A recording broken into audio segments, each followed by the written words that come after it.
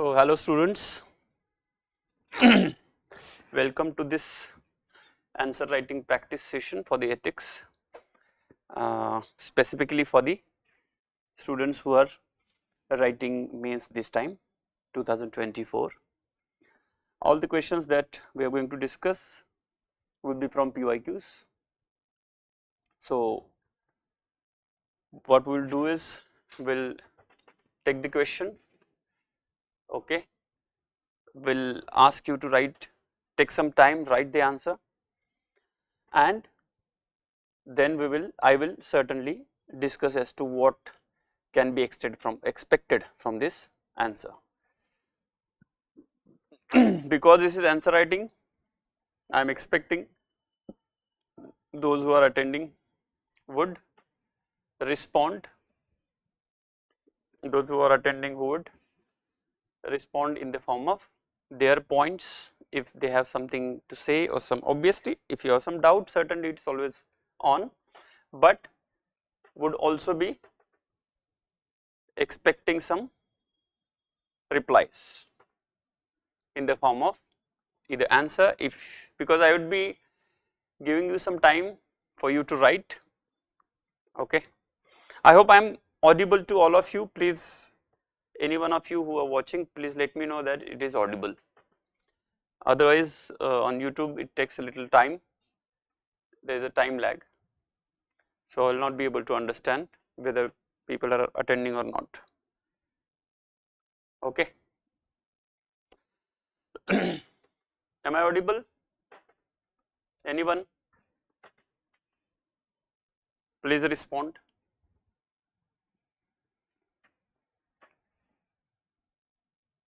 Okay, great Nikhil, thank you. Now, we would be obviously trying to cover only theory part today. We will perhaps also come with the similar model, similar lecture for the case study also. Okay.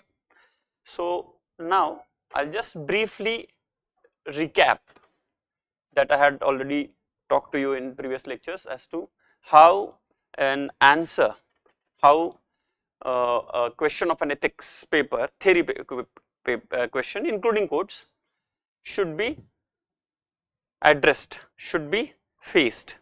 What are is there any modus operandi, is there any kind of SOP? Now, SOP does not mean something that has to be followed, it is something that helps you to understand the answer writing, it helps you to generate points, it helps you to come up with some pointers. Okay. So, I will just briefly explain the the structure of the method,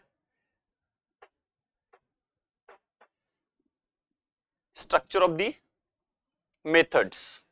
Like for example, any question, like for now I will not take the question, I will only guide you in the form of some broad guidelines as to what can help you to come up with answer. Very important to write answer, and especially for those who are writing mains, okay, because this particular class is for those who have cracked prelims and writing mains this time. It is a part of our MMP program anyway. Okay. So, for any 10 marker, as you already know, for 10 marker means there will be limit of around 150 words and only 2 pages of space is given for you, right. Now, as you already know, in the previous lectures also we had discussed, the broad framework includes introduction, then followed by some main body points and then some conclusion. Now, some also had queries, doubts about this, that is this particular model, introduction, main body, conclusion model, is this particular model is compulsory. Certainly it is not compulsory, because it is not UPSC who has asked us to follow some model. It is we who have devised this model for our own benefit, because what happens otherwise, suddenly when question comes, okay, it takes a lot of time, and most of the students that I have interacted with, they have experienced some kind of a blackout, some kind of a stoppage. They are not able to think as to what to do, because some questions are very abstract also. We will see the question one by one, but this briefly, this 5-10 minutes, I would like to just briefly explain the broad framework as to how you can follow. Now, you have 7 minutes, as you already know, for 10 marker. Most important part. So you need to understand one thing, when it comes to actually managing the exam, that 3 hours, actually getting good marks is not only, let me reiterate, not only dependent upon the richness of your content. Certainly richness is important, it is required, but that richness should be in such a form that you are able to retrieve the data on the paper, and retrieve the data on the paper within 7 minutes. That is the crux, and that's the reason we find many people who have read many things, who have gone through, have a lot of notes and everything, but still when it comes to sudden question, they get puzzled suddenly, they are not able to generate points. All the more important in ethics, because the direct link between the questions and the syllabus and the notes and stuff that we generally go through as a material, you already know, this direct connection is not there, or is not as direct as it is in the case of perhaps your optionals and GS 1, 2, 3. In ethics, it is more to do with spontaneity of your answers, how suddenly you can generate points. Certainly we need to prepare, there is a guideline, there are some probable aspects that they are going to touch, like for example, there would be question on emotional intelligence, there will be question on integrity, spirit of service, there will be question on ethical dilemma, conflict of interest. So you know the issues, and the best way to know these issues is PYQs, which we are going to cover today. So the important point here is, when the unexpected question comes, that's the main point, that's the main issue where we need to understand as to how to tackle it. And let me tell you, it's not that tough as in the traditional definition of toughness, it is not that tough. Only thing is, it needs a lot of practice, and that's what we are going to kind of at least initiate for you today. I would not say that it would be comprehensive, all the questions of PYQs will be comprehensive covered, no. So in that 7 minutes that you have, so that 3-hour management, or for that matter 7-minute management, becomes very crucial for you to cover your question, right, to kind of address the points that are there in the expected in the question. Okay. Now, because you might have also heard in the previous lectures that I would have mentioned that the species of ethics is, it shares its similarity with essay more than the other information dominated question subjects, GS 1, 2, 3 or optional. So it is more inclined towards essay, as in your approach towards it should be of that sort. Obviously it is not exactly like essay, because you already know, but it is more towards essay. You need to have data, yes, you need to go through the basic things, yes, but still there will be some questions, and majority of them, not just 1 or 2, that they will appear to you as a sudden thing. Okay, and because of this 7-minute management becomes very crucial. So general guidelines that I give, and as you know, it's not a a strict guideline, it is something that should support you, guide you It's not something that you should strictly follow, it should guide you. Okay, this 7 minutes should be divided into 1 minute and 6 minutes. This 1 minute, it may be 45 seconds, it might be, sometimes it will be more than that, more than 1 minute. On an average 1 minute you should give for thinking about the question. Now thinking as in, it's not that you know wait for 2-3 minutes and just think, not that way, but at least some structuring, some, I am not talking about points here, I am talking about structuring of the answer. Now obviously it includes pointers, but structuring of the answer. Now what structuring of the answer means? Number one, some idea about what you are going to write in introduction, how you are going to introduce. Number one, so structuring mein, before writing you should know a broad idea of introduction, right?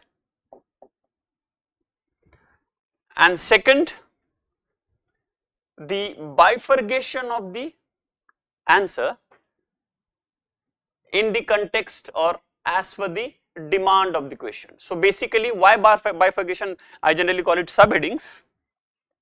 Okay, subheadings. Mostly 2 subheadings are okay. But now what is this subheading means? Again, this subheading is bifurcating the answer or dividing the answer so that none of the important issue that is asked, okay, remains missing or remains untouched from your side.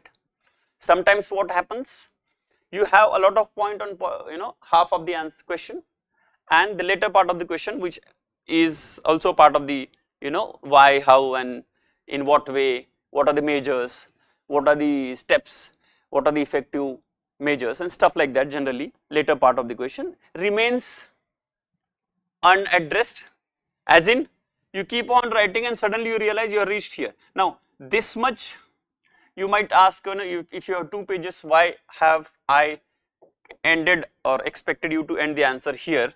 Because in general it depends on this size of the answer writing. 150 words generally means this much, okay, because on an average a student writes 100 words on an average, some write much more than that on 1 page. That's the reason. But okay, if you are writing in the flow, it can go a little obviously beyond that. This is a general guideline. Then when you divide the answer, there has to be subheadings which are actually addressing the real question.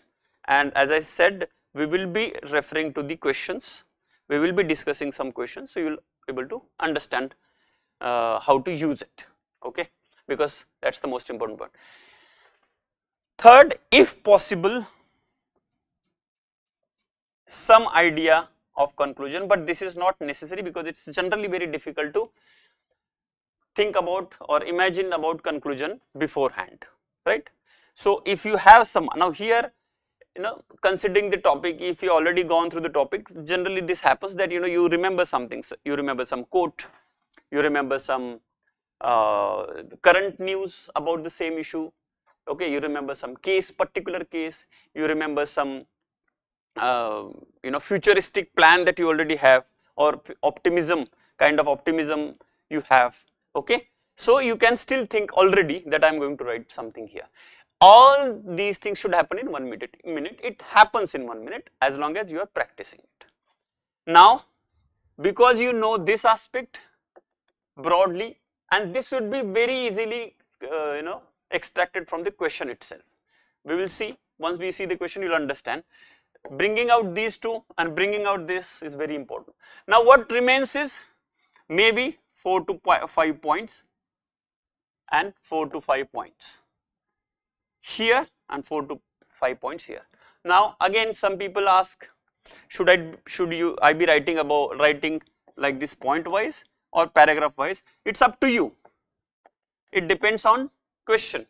If the question is more towards informative aspect, expecting you to write more of a Yes, you can straight away ask the question, type the question, whenever I see I will address it.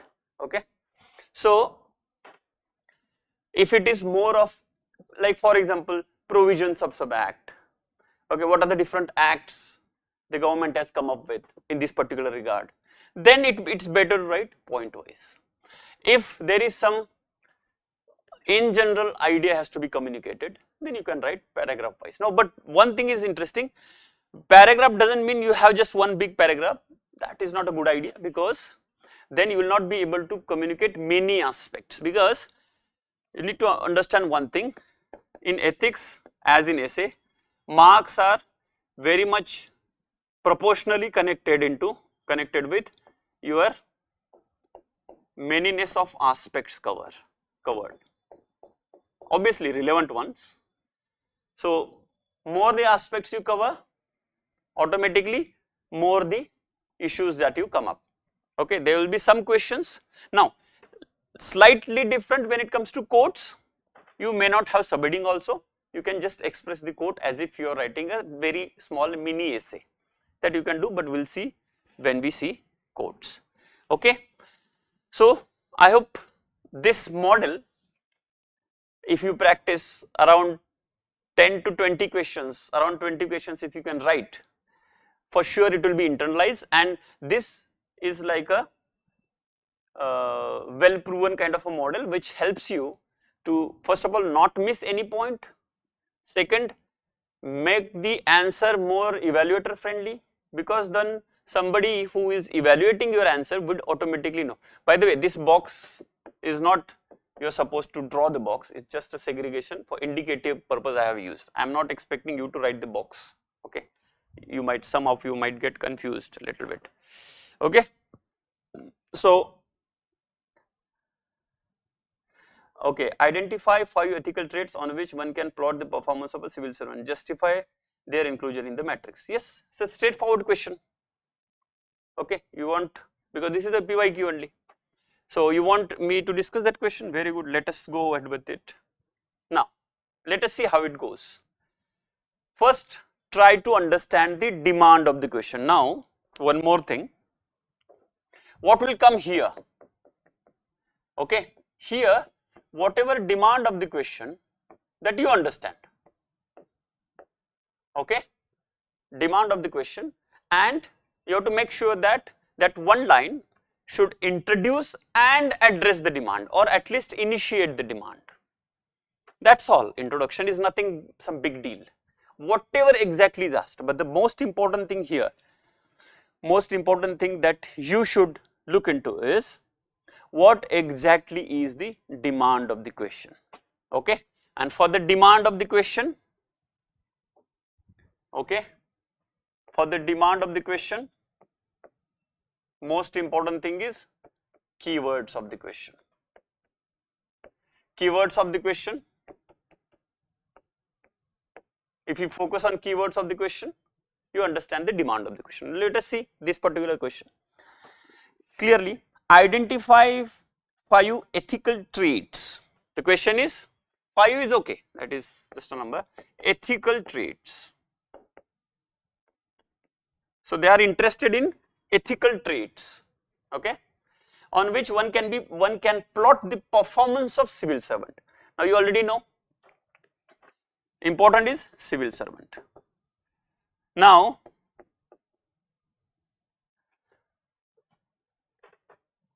plot the performance, gauge the performance, doesn't make any difference to our answer, I mean core content of the answer. Now see, even if the question would have been like this, identify 5 ethical traits that a civil servant must have. Okay, if that is the case, it would be still the same question, slightly different connotation, slightly different wording, but content would be the same. Ultimately they are bothered about 5 ethical traits for a civil servant. Okay. Now Nikhil has said something, a civil servant is entrusted with a lot of responsibilities. To ensure that those are fulfilled, he must be endowed with certain ethical traits. Very good, you actually have hit the nail on its head, Nikhil, very nice. This is exactly what I was talking about.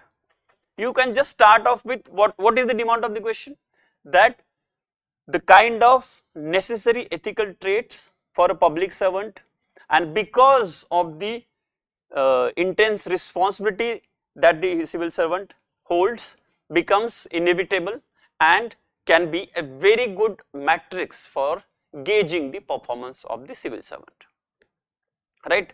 So a civil servant is entrusted with a lot of responsibilities. To ensure that those who are fulfilled, he must be endowed with certain ethical trait. He has to have certain ethical traits, okay. Your connotation, your inclination while you are writing your answer in ethics should always be in the context of a good, ethical, responsible, courageous civil servant. Very good. So this can be a very good introduction. Now, as we were thinking, or as we were discussing, okay, let us see. The moment question is read, obviously you will be looking at your answer sheet.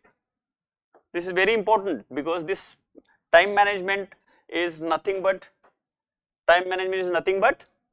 page management, because ultimately whatever you have to write, you can write only in this much this thing. Again I am telling, these brackets are not required to be drawn, this is just I am putting for sake of identification.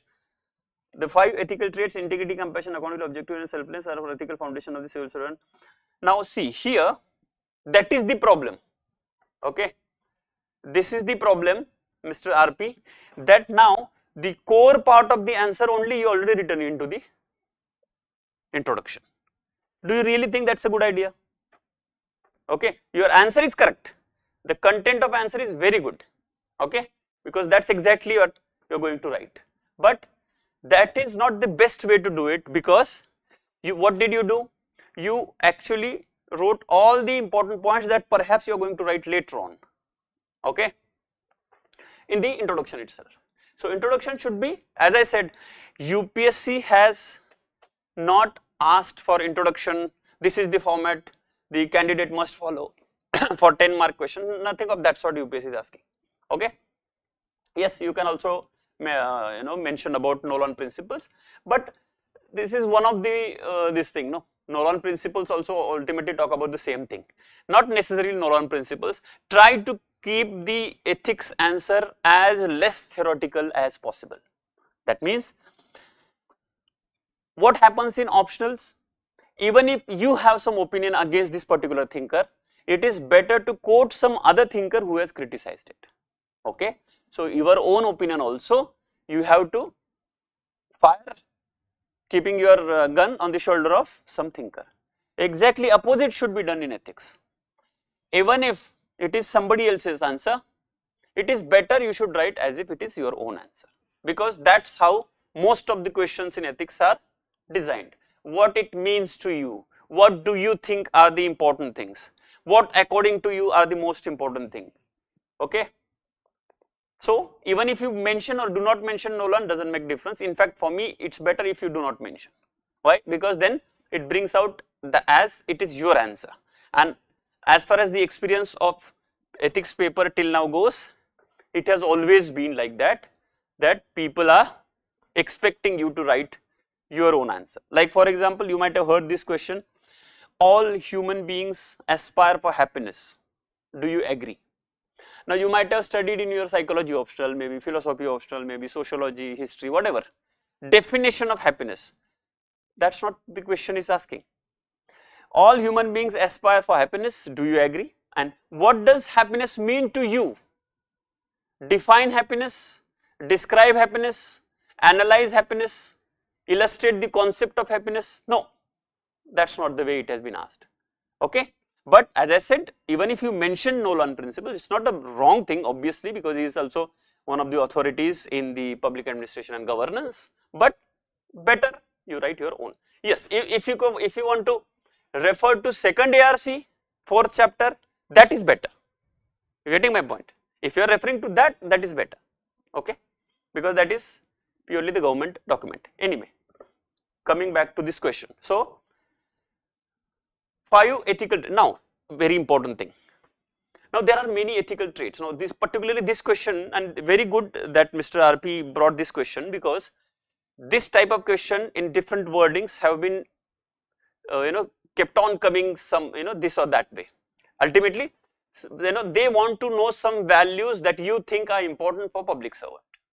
They have always asked this question, and then many people write the values, whatever they are able to remember now, because they have to somehow generate the 5 values. This particular question you should be already prepared. You should not be attempting to think sitting there, because this is straightforward question. Basic understanding you should have.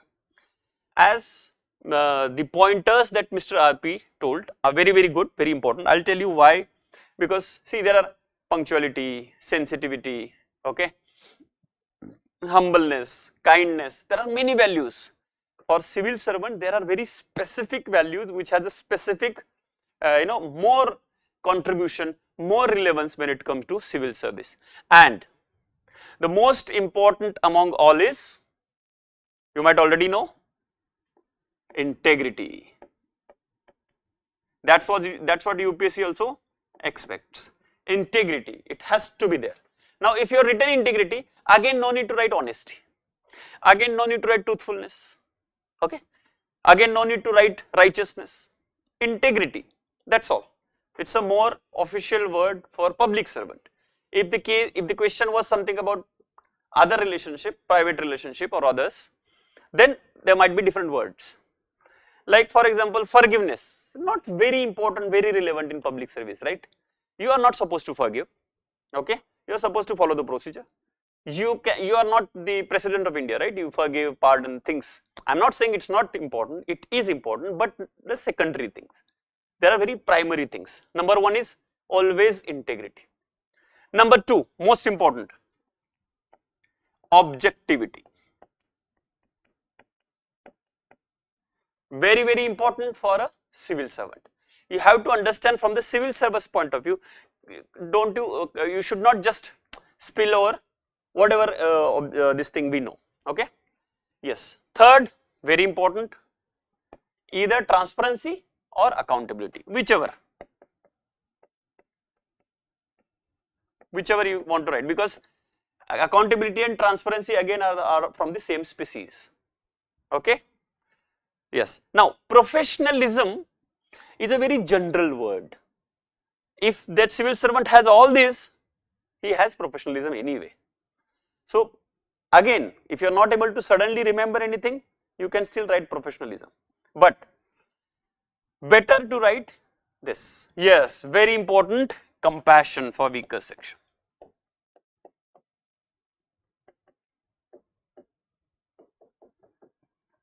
And by the way, whenever the mention of compassion comes, almost all the cases it should be suffixed by for weaker section, okay? Always remember this, for weaker section. Now, there is one more important trait, and Mr. RP has written in a different way. Selflessness is okay, but I prefer the word, because UPSC has preferred the word in their previous year questions, spirit of service. Very important, okay? Ethical traits, so spirit of service, you can write it sense of service, okay? Spirit of service, but very, very important, okay? Now, at least this side. Now, there are some additional also, in case you are not able to remember this, I am just giving you little bit content for this now. One is impartiality, very important. Then, or impartiality can be coupled with non-partisanship,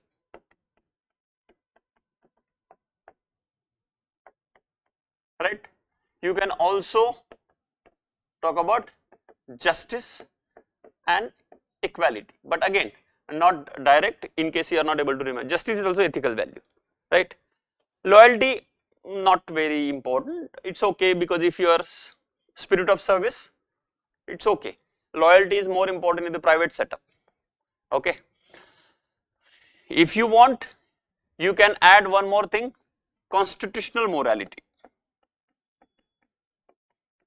Now these are additional points, as I am saying, these are not the initial points that you should come up with. Okay, constitutional morality, right? So these are the, like, and there can be many if you want to come up with similar ones. As I said, integrity, honesty, objectivity, somebody can say rationality also, not much different, they are different but from the same species. You can write rationality also, one has to be rational. Accountability, now accountability, as I said, on same species is transparency. Then compassion, you already know. Some people also write empathy. So empathy and compassion are from the same genre. Okay. Spirit of service or sense of duty, they are also from the same genre. Like that you need to write. Now we straight away shifted to the content of the answer, but most important thing is of structuring the answer, because Mr. RP straight away and Nikhil also gave the straight away answers, so we did not go into the structuring of the answer. Now identify 5 ethical traits on which one can plot the performance of civil servant. So you introduce, then obviously as I had mentioned, there will be 5 traits or traits important or traits for civil servant, and then you write one after the other, just write 5 because that's what the question is asking, and then justify their inclusion into the matrix. Then this is done. Now this will not take this much space because I just written in a bigger this thing. Somewhere here your answer will be, all the 5 points you will be able to write. Then your subheading, next subheading should be justification for inclusion.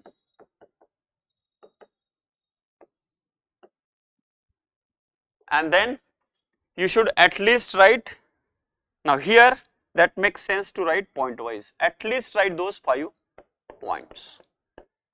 Now 1 point does not mean only one statement, it can be 2 statements, then another point, like that, 5 points, 5 justification as to why that particular thing was added.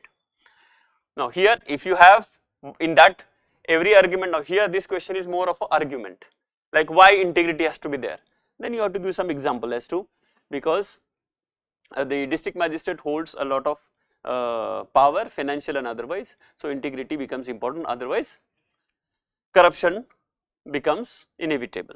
Okay, and then you can talk about, for example, efficiency. For example, if you want, why integrity is required, because efficiency is also required.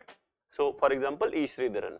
Okay, then some other this thing you can mention about APJ Abdul Kalam. You can mention about, if you are talking about, for example, accountability and transparency, then you can mention the general, like you can mention about the RTI movement and how it impacted positively. Okay, then compassion for the weaker section, you can talk about, you know, somebody in Kerala starting the community kitchen, like that examples you mention, so that you understand as to why this particular person, particular trait need to be part of the matrix.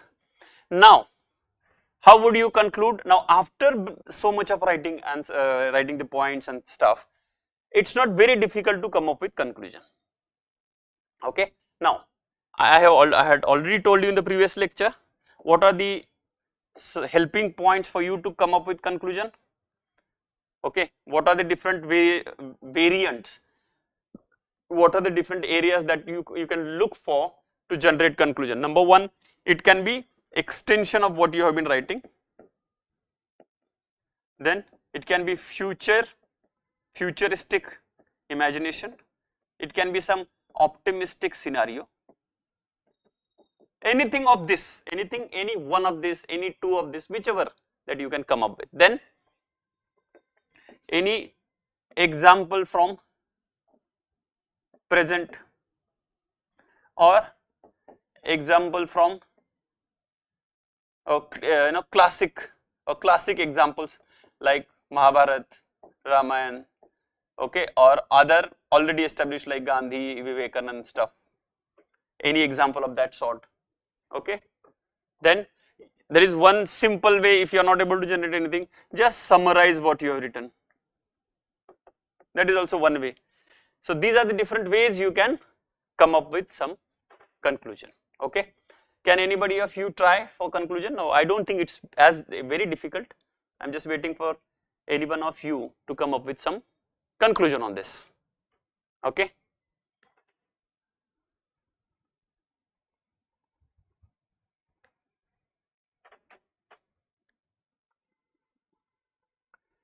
The civil servant must have a learning approach and with experience must imbibe these values and new ones to tackle the new administrative changes, challenges. Okay, good from your own perspective, that because obviously you are an aspirant, you are looking for this. So this thought process of yours, if you are projecting, it's a good that for any civil servant and especially aspiring civil servant, these values are very important to face the challenges that the newer issues or new challenges that administration is going to throw, okay.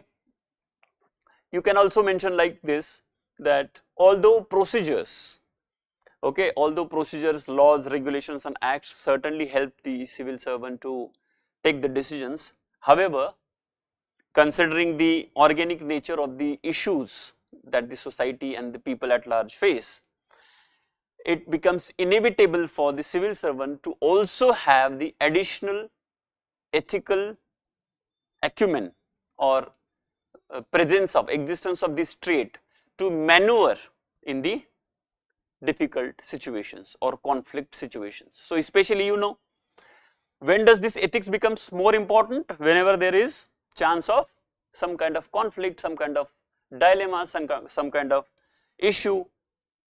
Yes, there are rules you can mention. This is just a conclusion I am saying, okay, that many fears and favors that would like to derail you from your uprightness, this commitment to these services becomes very important. You can also conclude in this way, that because this question is being asked with respect to in gauging the performance, okay, considering the dynamic and ever changing nature of Indian society and Indian administration, it becomes imperative for us to come up with a systemic model for gauging the performances of the civil servant on the basis of these yardsticks. You can write this like we want to have it, as I said, no, futuristic. You can write optimistic also. You know, it's right as mentioned by Sardar Vallabhbhai Patel, being a steel frame of India. You know, whatever achievement last 70 years India has gained, the lion's share has been to those kind of civil servant who actually had these traits in them and took India forward. You know how you can now in just 3-4 minutes we actually came up with 4 different conclusions. So there is no one particular conclusion, you need to understand one thing, but it should be, as I said, relevant. And if you are not able to write anything, just summarize what you have written, that is also okay. But you may ask, sir, conclusion, then you know, is it really required to have conclusion? I already told you, it is better to have. It may not be that relevant when it comes to case studies, okay, but herein this is very much relevant, okay. Let us go for the next question, okay. Now I expect you people to write this question first, okay. I will say it loud, you write it, and after writing take 1 or 2 minutes, think, and the way you had written conclusion, at least introduction and conclusion, and if possible some at least 3 things I am expecting, because obviously you cannot write the whole answer on typing. Introduction, okay, subheadings, as I said, I generally expect subheadings and some conclusion. If this much you can write, I can guarantee you once you are already come up with this before you start the answer, you will be very easily able to generate in that 6 minutes that you are left with. Okay, this is, as you know, this is 1 minute wala program. So this is 1 minute program, so you will be able to come up with automatically rest 6 minutes, you will be able to, not just 6, sometimes you will be able to do it in 5 minutes also, and that helps because then you have to save time also. Anyway, so please write down the question. It is often said that politics and ethics do not go together. It is often said that politics and ethics do not go together. What is your opinion in this regard? What is your opinion in this regard? Justify your answer with illustrations. Justify your answer with illustrations. I have also typed the question in the chat box. So I would expect that you people write down the question first. Try to write the introduction fully as others are doing already, and at least to come up with subheadings. If you are able to do it, then I will ask you to obviously at least come up with some pointers. What would be the part of, what would you write in that subheading? And as I said, conclusion. So take 2-3 minutes, time is yours, and please do it and respond.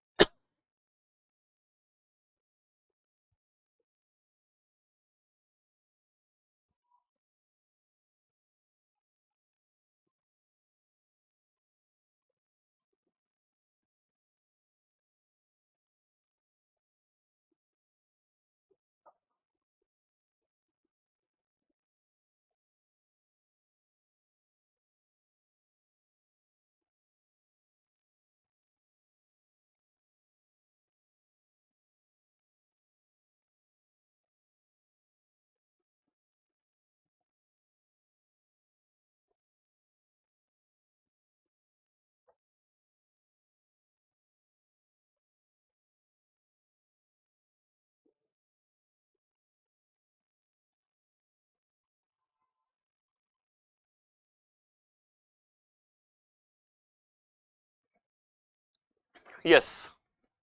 Now, what are different ways that you can introduce? First of all, if something of this sort of question comes, and by the way, this is also applicable to essay also, wherein there is a substantial negative, okay, negative, sad, unfortunate aspect that is going to be part of your answer, you know, because you know how politics work, and there is some kind of pessimism, there not pessimism, but there is something kind of a problem. So if you want to write that way, it's better to start with the problem in introduction, okay. So if some problem solution kind of stuff comes, like for example, you start with problem here and give answer here or solution here. This looks really good when it comes to writing such a kind of question. Also it helps in essay. For example, how can you start? Power corrupts, okay, and absolute power corrupts absolutely, said by one of the famous political scientists, clearly indicates that politics and ethics can never go together. However, considering the importance, politics and ethics had to be brought in together to the extent possible. That's all. So you started off with power corrupts and absolute power corrupts absolutely, because politics here means power in that context. Now obviously the rest of the things that you are going to write in answer is going to be kind of giving some optimistic connotation to it. Now because I already have the conclusion in my mind, because there is another quote as exactly opposite to that, which says power never corrupts, it is corrupt persons misuses power. Another quote, so you can end here, okay. And then there is one more thing you might have heard, one of the 7 sins of public life by Mahatma Gandhi says, one of the 7 sins is, what is, because last lecture I had asked you to by heart, is politics without principles is a public sin, and you can mention that aspect here along with that quote that power never corrupts, it is it is just corrupt people at the powerful position misuse power. Because now you have to bring in the importance of ethics here, although it might sound little egalitarian idealistic, but that's how it should be, that's how it should be in ethics paper, right. Now I hope you understood what I'm talking about, the introduction, conclusion. Because I have some solution to the same quote in the form of quote, it becomes more catchy or more punchy. Now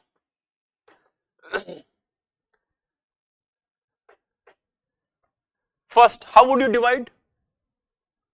Obviously you have to divide with 2, politics and ethics not going together, because they are asking what is your opinion in this regard. So obviously start with politics and ethics are mutually exclusive or cannot be together, or whatever the wording of the question, do not go together, whichever way, politics, sorry,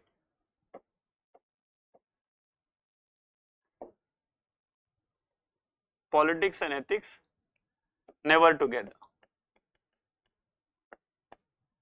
But again this will be a smaller point, why this particular perception was built. Again if you want to write point wise you can. And the second, politics and ethics can be brought together, or you can Right? Ought to be together. Ought to be together. Ought to be means they have to be. And you have to give examples wherein people at the position of the power, okay, Mahatma Gandhi himself, Pandit Nehru,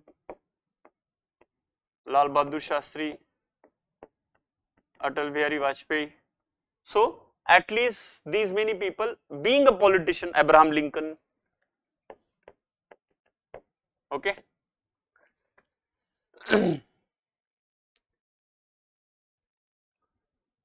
Yes, Jyoti has written something.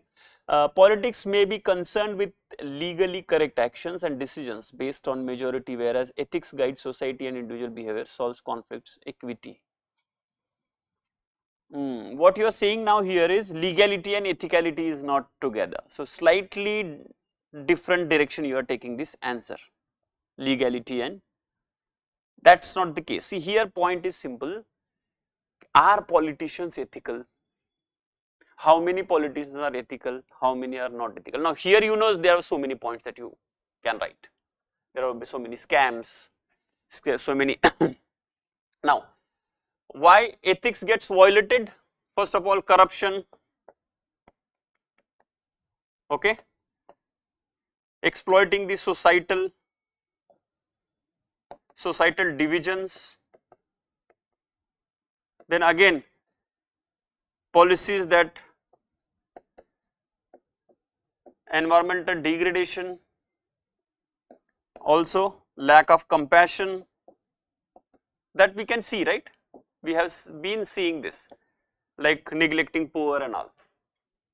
So that's how politics and this thing never go together. There have been, you know, this so many aspects here: horse trading, buying and selling of MLAs, killing the spirit of democracy, okay. Then this short term gains, short term allurements to the public to garner votes, okay. Then emotional appeals to garner votes, this is all unethical, you know already. So this all fall, these all things fall here. And we also have examples of good politics, and here not just example, I am not asking you to write according to examples, you have to write as to why, because ought to be, if you take the stand like this, ought to be and can be, then you have to understand why politician has to be, because in democracy it has to be participative, it has to be according to the will of the people, it has to be scientific and rational in nature, not based on some superstitions, it should be of welfare of the larger public, because that's exactly what politician or politics is made for. Politics has to take into consideration the role of welfare of the larger public. It should not be self-serving. And what happens if politician is self-serving? What happens? Bureaucracy also becomes self-serving. So it becomes the whole mechanism of exploitation. So criminalization, yes, very good point, Jyoti. Criminalization of politics, you know already. There are many cases in India. Murders are happening. Deliberate attempts to create law and order situations is also there. These are all unethical things, and it ethically, see, you might feel, but you know, this is so obvious, sir. Sabko pata hai, you know, everybody knows. That's not the point. When it comes to ethics paper, even if everybody knows it, you have to mention it, because you have to take ethical stand on paper and you have to express it explicitly. You cannot just say that only that is anyway taken. No, nothing is taken. You have to explain it thoroughly. Otherwise, you will not be able to write anything. Then what is there? Okay. So you have to write that politics and this thing can be and should be together. First of all, why it should be together, why it can, and what are the examples wherein it is can be together. Yes, and yes, good examples of political maturity. Okay, Jyoti has mentioned Nari Shakti Act. Yes, it's a good usage of political power for something positive. Okay, or any schemes for like welfare schemes that are really needed welfare schemes, like building roads, building houses, okay. And even during the COVID, you know how it happened during the COVID, distributing the ration to the around 80 crore population of the India. So these are very positive aspects, and that's how compassionate and stuff, and there are examples. So we cannot be completely distraught and say that sir nothing is going to change or on the paper. That should never be the case in ethics and also in essay and also in interview. You should always be optimistic. And why it has to be? Obviously the most important thing is we want marks, because that's what is taken positively by UPSC and their board and evaluators. And otherwise also in life it's better to be optimistic, otherwise it's very difficult to live. And it is your responsibility also to be a person, to be a civil servant with a positive attitude. You might have also come across the question on this particular thing. Positive attitude. Bureaucrats with positive, civil servant with a positive attitude means problem solving attitude. Attitude that helps the civil servant to solve problems. Not just say that everything is bad, nothing is positive, what can be done, nothing can be done. These kinds of things are not gets entertained in the system also and in the otherwise life also. And otherwise also it becomes very difficult for you to be part of the system and not have any psychological burden. If you are so distraught, then it will be a difficult thing for you to sustain into the system. Okay. Anything else you want to add? Otherwise we will move to the next question. Yes, green budget, gender budget, these are good examples of ethical use of political power. Yes, very good.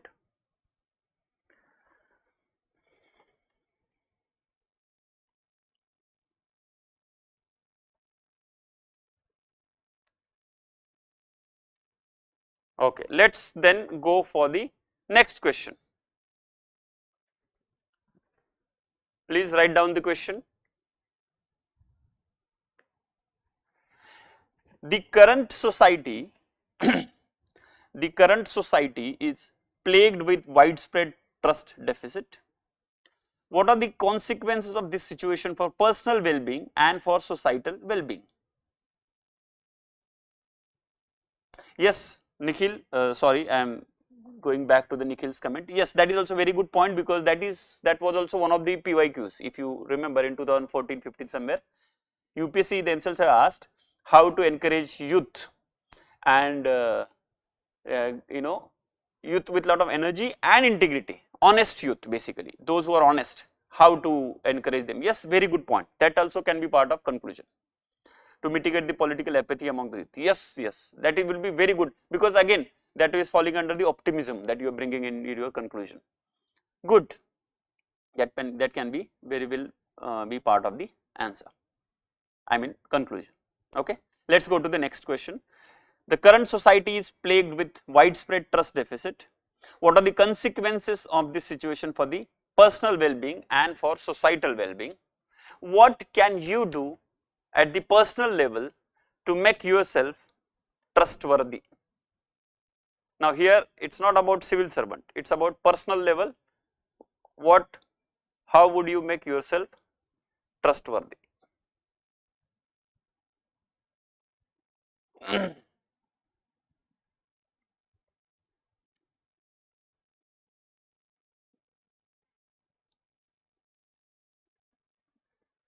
These are the same question actually, but it did not allow me to type more than I think whatever number of words, letters, so I had to divide. The current society is plagued with widespread trust deficit.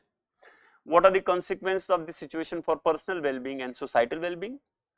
What can you do at the personal level to make yourself trustworthy? Anyway, this is a two different parts of the question. You might already know it. So take some time and try to generate some points.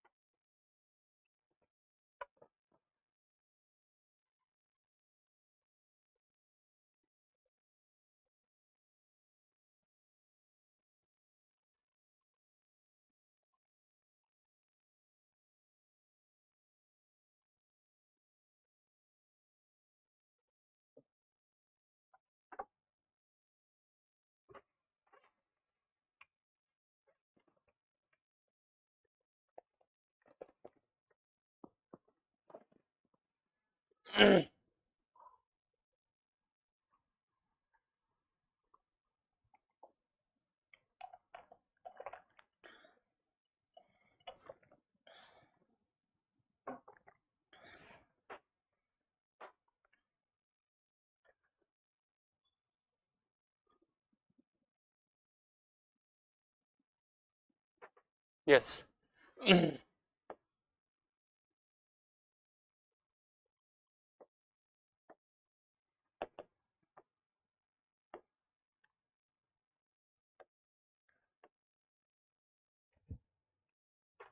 Yes, Nikhil has come with already the introduction.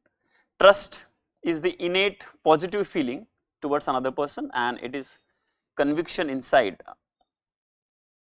It is a conviction inside us about their lack of malice towards us. Okay, so you somehow defined trust. You could have just added that, you know, this is good, that trust is an innate positive kind of feeling, positive attitude, okay, attitude of reliability towards someone else, and it is okay, it is conviction inside us about the lack of malice towards us, but which is the result of, okay, which is the result of prolonged trustworthy or reliable behaviors. You can just add this point there, that it can be, this gets generated through prolonged and or well tested reliable behavior. So trust is that, and another thing is it is a symbol of togetherness. Maybe not all points should be part of the introduction, but I am just adding togetherness, because trust means togetherness, and that is what the question is. It is plagued with widespread trust deficit. Now this is just a first statement, and it is good that you introduce in this particular way, that you introduce what trust is. You could have also talked about how this particular statement, how, in what way this society in India or current society, if not in India also, there is widespread trust deficit, because if you want to write some broad point also, that the nature of life and nature of negotiations has become solely transactional, okay, solely transactional, as in every action that one does is done with an expectation of some material benefits from the other side, and that is the reason everybody is suspicious of everyone else, okay. The current society mostly having compartmentalized lives and lack of social bonding is marred by the lack of trust. Yes, this is also, this is very good, because you are talking about trust, the lack of trust quotient, but transactional nature of life, individualistic perspective towards life, materialistic perspective toward life has made every other human being not the part of the team, but rather a competitor, and or competitor or a rival. And when every other human being is considered or becomes competitor or rival, then it is going to take a toll on not just personal but also on societal, that's what the question is saying. So good, so you will introduce something here. Then now here, because question itself is dividing into many things, so you can have small subheading, like you can have 3 subheadings here. Okay, what are the consequences of this situation on personal well-being? So you start with consequences on personal well-being, then consequences on societal well-being, and then the most important part, what can you do at the personal level to make yourself trustworthy. So to make myself trustworthy, okay, and then conclusion. See, as simple as that. And now you have to write points. What are the consequences? You know, the most important is psychological, okay. It also goes to economical, because you cannot work as a team. The most important is psychological, economical, emotional, and society level, obviously cohesion, societal cohesion is a problem, family system is collapsing, togetherness is going away, or collectiveness, okay, togetherness or collectiveness is going away.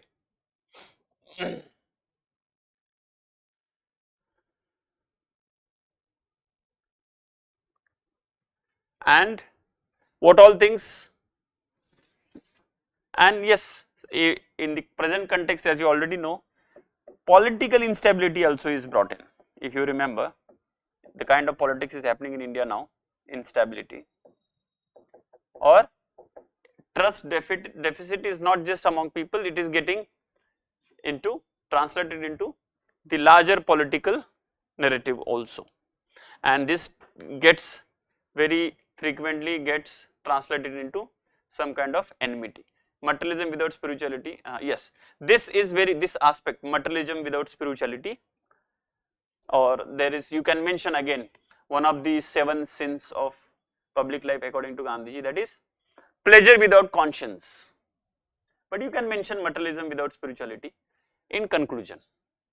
That has created this thing. So spiritual practice is also one of the ways to come. It will be part of your. Now, how would you make yourself trustworthy?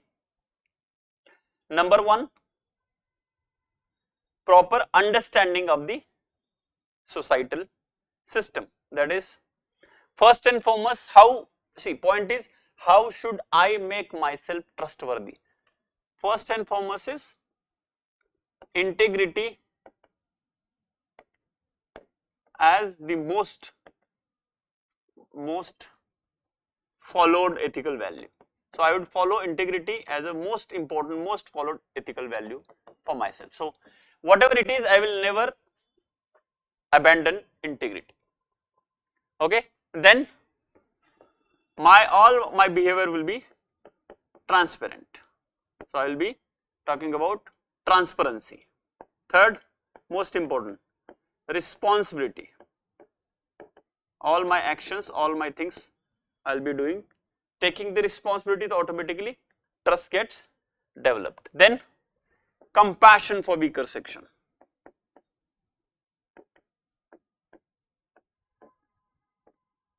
Then fifth, spiritual, in bracket meditation practices to improve emotional well-being or emotional intelligence, whichever way you want to write. Emotional well-being here makes more sense.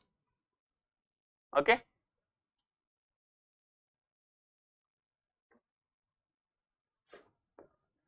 Rational decision making. Rational decision making coupled with just behavior. So many things you can do to make myself trustworthy. Okay, you can also add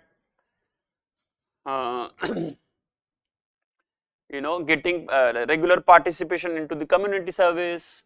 You can also talk about reinstating the patriotism among the people, myself and the people. Sir, can we write the increased incident of adultery, or it will be taken as negative point? No, see, you need to understand what is the connotation of the question. Accordingly, you have to write. Question is, it is taking the toll on personal and societal. So, what is the toll? Because of this trust deficit and adultery, what happens? That you have to write. Adultery is a crime. Crime as in, not now, but a social offense, social kind of undesirable behavior. But what exactly happens? So, we already talked about family system is collapsing. So, instead of adultery, you better mention family system is collapsed. Predictable behavior, honest towards others, yes. Engages in selfless community service, yes, very important. If you like getting involved into some social work, community services, meeting people, okay, that's how I can make myself. Now you need to understand one thing, they have asked this question to an aspirant. Just see the connotation of the question. Why UPSC asked this question? They just want to know you, what all have you done to make yourself a better person in this particular context. Okay, so in that context it is writing. And then conclusion, as Jyoti had mentioned, that would be a very good conclusion. And otherwise, as I mentioned, you can conclude with that aspect, that is you know this talisman of Mahatma Gandhi would be very good point here to be written for the conclusion. I would, in addition, or for any human being including myself, the best way to make myself trustworthy and bring in you know, some betterness into the society is follow the talisman given by Mahatma Gandhi, that is, and then you mention, like, whenever you see, whenever you are in doubt or your mind is too much with yourself, think of the poorest of the face of the poorest of the poor person that you might have seen, and think whatever you are contemplating is going to help him to come out of that in any way. If it is, go ahead with the decision. If it is not, abandon this thing, abandon the decision, or don't take the decision. That is the talisman of Gandhiji. You mentioned that. That will be very good here, very suitably fitting here. As mentioned, little thoda lamba ho jayega, it will be little longer, but it's okay if you can manage space accordingly. That's okay. That's not an issue. So that talisman can be a very good you know, point here. Or you can also recall the face of poorest and the weakest man. Yes, that's the point. And you mention as talisman given by Gandhiji. Okay, so it brings in a kind of authority. And if you want to also conclude, as I always mention, in ethics paper, even if they are not asked, if you take the discussion to the arena of civil service, civil servant, you know, administrator, and mention in that civil servant's context, it always goes well. So here also, okay, what have you done? So these things I have done, and you can mention an aspiring administrator, aspiring civil servant. It becomes all the more important, all the more responsibility of mine to make myself trustworthy, not in just my personal life, but potential responsibility as a administration in future. These you can very well mention. Do not hesitate these things, because they also know that's what the true is, and you also can mention that this is exactly I have worked on, and all the more it is important because I am going to be civil servant. But write it in a very humble and different way. It's all the more, the word responsibility should always be attached with when it comes to you becoming civil servant, be it interview, be it essay, whenever you, why you want to become, why, the word responsibility has to come somewhere. Authority and power obviously should not come. If it is come, if it has to come, it has to come in a with proper explanation as to what kind of power and power for doing what. But it's a larger responsibility that I will be holding you can write. In the populous nation like India, trust in the society can reap huge rewards for the nation, while lack of trust can break the social harmony. Yes, very good. And this point is also very important. Nikhil, instead of populous nation, you can also mention the country like India having around 140 crore citizens. Okay, now here word citizen should be used, because they are not just population, they are not just statistics, they are citizens. It becomes all the more imperative that the trust has to be brought in, because and if it is brought in, then the harmony that it will create can take India to the better heights. But in the absence of this, it can be a very difficult situation to handle. Again, you can give the example of what happened day before yesterday in Bangladesh. Somewhere passing reference. So if this small country like Bangladesh could not manage this trust deficit, could end up in such a unfortunate violent activities, chaos, okay, no this thing about future, rights of minorities. So this is exactly what happens when there is a trust deficit in the society, and all the more important for a country like India who has 140 crore citizens. Okay, always remember in ethics paper you should use the word citizen, not people. Okay, because you have to give some recognition, some status to them. Okay.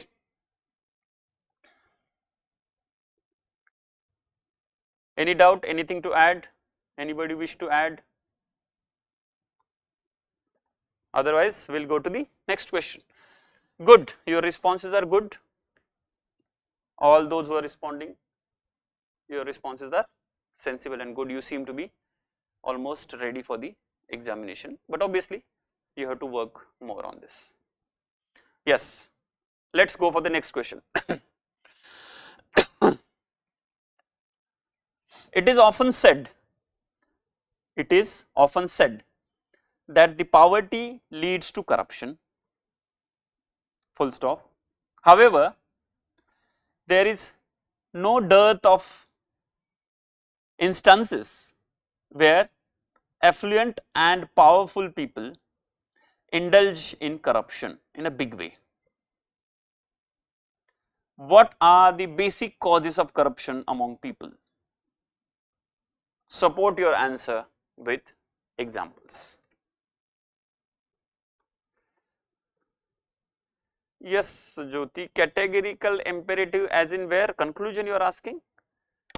Yes, maybe you can write in conclusion.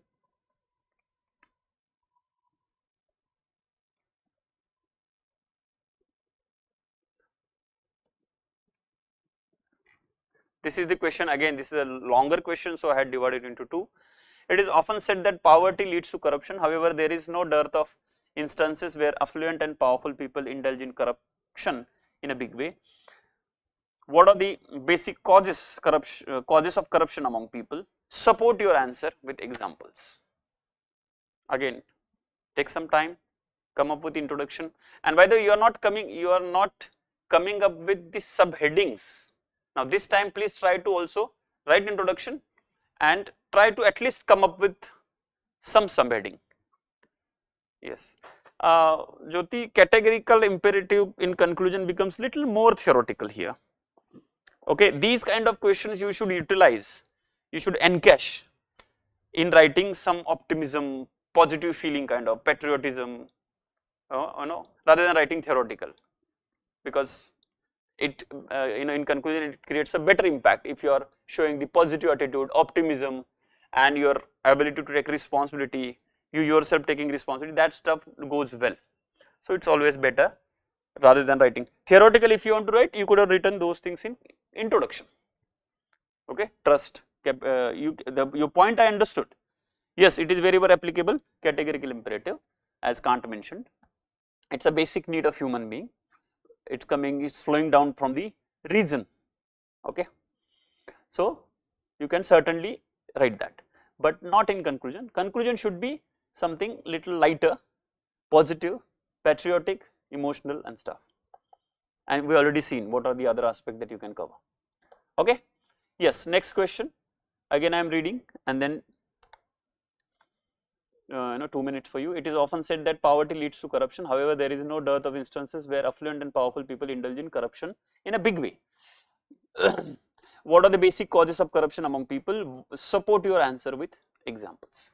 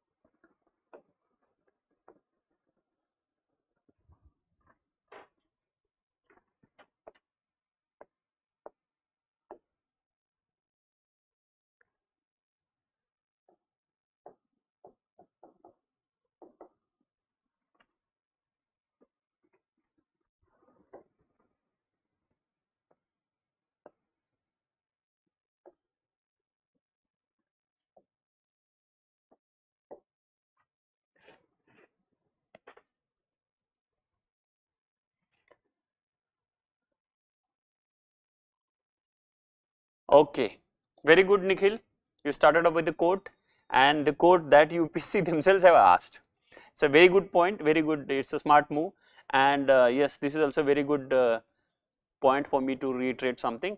Yes, this is also something that you can use and it helps you if you have gone through PYQs, especially quotes and some statements and stuff like that. You can use these question statements, question quotes that UPSC has come up with before as your points in this year's examination, okay. Like the very point of the question, okay, like there is no dearth of instances where affluent also indulge for corruption in a big way. This itself can be a very good point for you. So that's the reason it's better to go back to PYQs. So this is a very smart move by Nikhil where he has used 2013 quote of Mahatma Gandhi himself. There is enough for man's need but not for enough for man's greed. Okay, there is enough for man's need but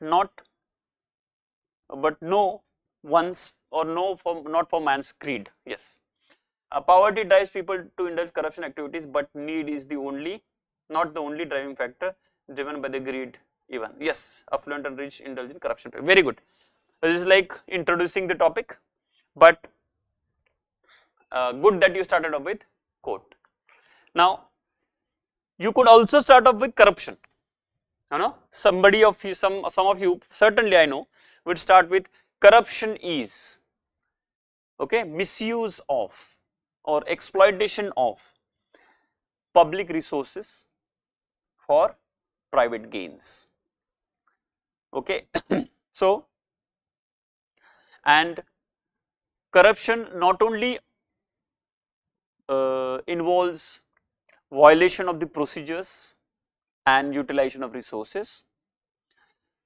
Any action that is taken considering self-interest and knowing fully well the violation of larger interest. Okay. And one more point, and by the way, this also has been there part of the question that UPSC has come up with, PYQs. This point also is very important here. Corruption is not only about earning the money in a wrong way. Non-performance of the duty by a civil servant where it is expected is also a form of corruption. So either you can mention that in conclusion. Okay, this is also what UPSC has asked once. Okay, good. Now, very good. Anybody has any other way of introducing it? Let me know. Otherwise, I would like to know from you people, how would you divide the question? What would be your broad subheadings? It's not a very difficult task.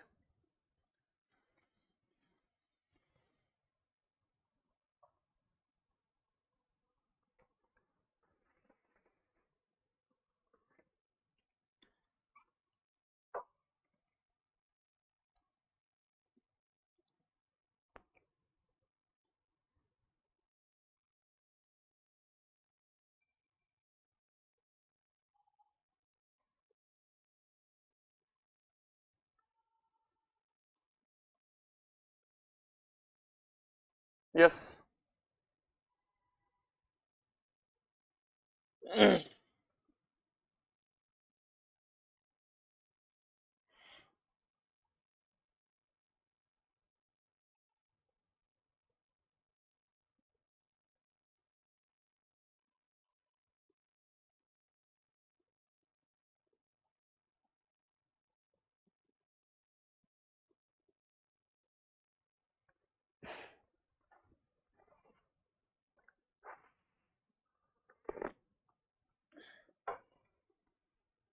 No, I am saying first, very good, causes of corruption. Okay. Then other part, what would you write? Now this question is it broken window theory, that's okay, I understand, we will see in detail. What would be the second subheading if at all it is required?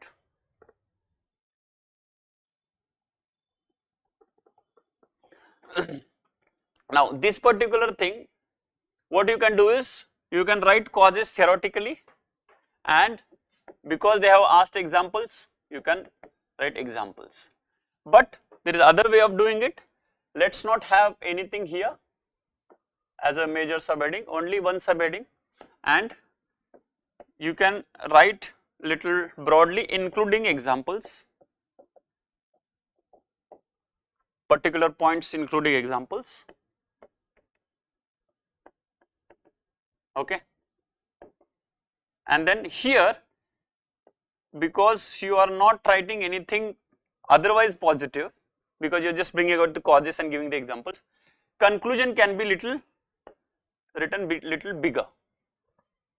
You know, what all can be done, how it can be controlled, why it should be controlled, what happens if it goes off like this. Okay, societal level, administrative level, how even this corruption, leads to nothing less than loss of lives also. Many places, you have example of what happened in Wayanad now. They already had been given warning from the government of India, but bureaucratic procedure stops it.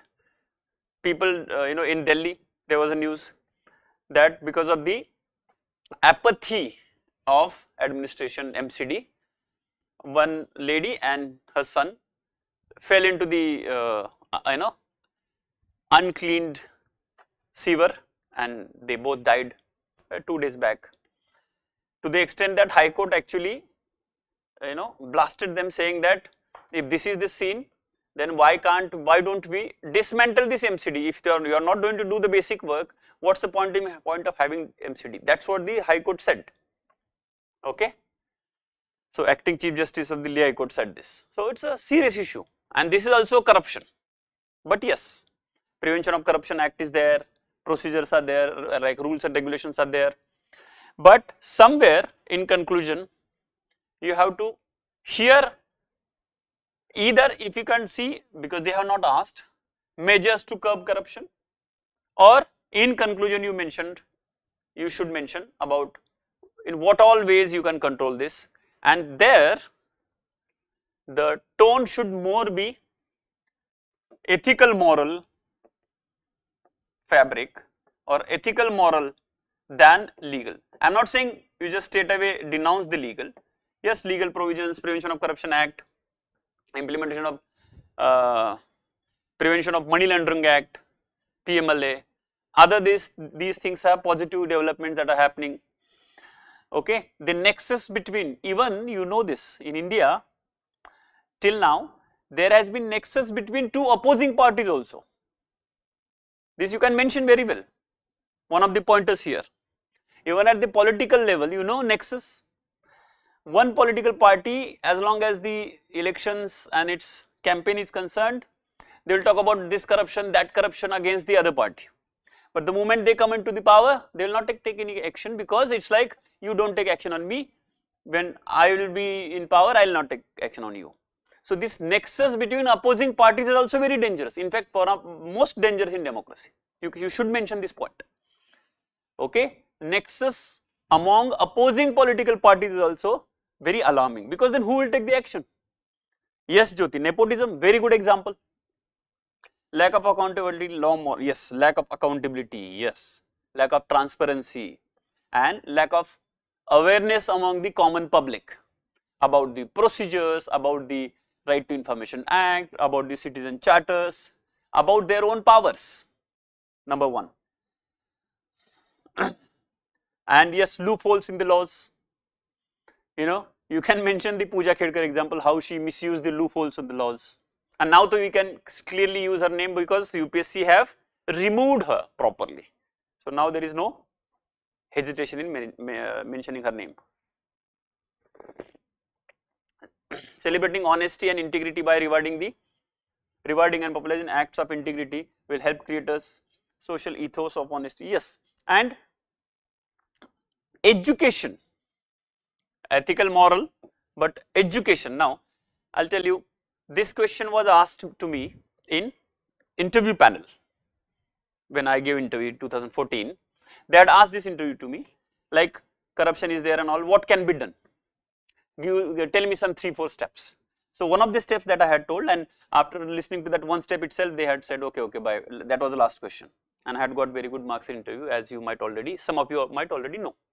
So value education, that was my point there. And you might say, sir, that doesn't work and all that. No, it works. If that was not the case, UPSC, and I had also mentioned that in the same context, I'd like to mention that the UPSC's recent decision to come up with ethics paper. Okay, I had mentioned in that interview, recent decision, because 2014 I am talking about, 2013 they had come up with.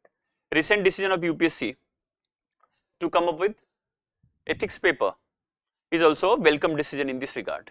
Now, obviously they also know, I also know, that it's not going to overnight change, that people start thinking, people, you know, the aspirants who are getting into the system are going to think very positively or very ethically, but at least some impact, because now we are discussing, we are deliberating. Okay, those who would have gone, those who would have attended first lecture of mine as to why UPSC came up with this ethics paper, I had mentioned this. Okay, so you can straight away mention that. And you know, as far as my answer in the interview is concerned, I could gauge that they were very happy with the answer, though it looked like little idealistic, but that's the only way you can express in that particular setup. Okay, like what happens, as I said, ethics is nothing but interview on paper. You might have heard me saying this also before. Ethics paper is nothing but interview on paper, like case study, same thing there also they will ask. Okay, like there are two types of questions in the parliament, starred and unstarred. So starred questions, therein immediate response is required, and unstarred is you can write in written, so you are saved. This is the that's the difference here. In interview you have no time, you have to immediately respond, and immediate reaction also you have to get. Here you can write anything and save yourself. Okay. Education. If the country is to be corruption free, become the nation of beautiful minds, I strongly feel that there are three key society. Very good, Jyoti. This is again smart. Now everybody is becoming smart, and I am happy about it. This is also has been one of the quotes that UPSC has asked somewhere in 2020 or 21. This quote had come, Abdul Kalam, that if a country is to be corrupt free and become a nation of beautiful minds, I strongly feel that there are three key societal members: the father, the mother, and the teacher. Now here this particular quote is actually tried to establish the importance of teacher, because mother and father is generally is like assumed to be basic. It is there, highest impact that the person has is mother and father, and equate the impact of mother father with teacher. Abdul Kalam is trying to enhance the importance or give that status of importance to the role of teacher also when it comes to creating society of beautiful mind. But very good point, Jyoti. This as it is, as mentioned in one of the very very beautiful or very what we can say, impactful, influencing quote by Dr. APJ Abdul Kalam, and then you just mentioned the quote. That itself is a conclusion. Good points. What are the causes? You know the causes: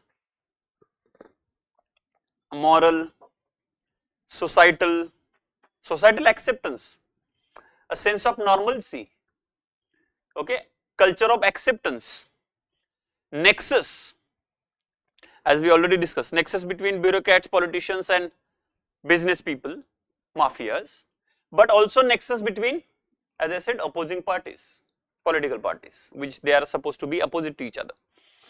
Then acceptance, then sometimes loopholes, we already mentioned, loopholes. Then accountability mechanism is not strong enough, and awareness of the people about it, like CVC. How many people know about CVC? How many people know about Anti-Corruption Bureau? How to reach them? If somebody asks me bribe, how to reach them, like that. Okay. Good.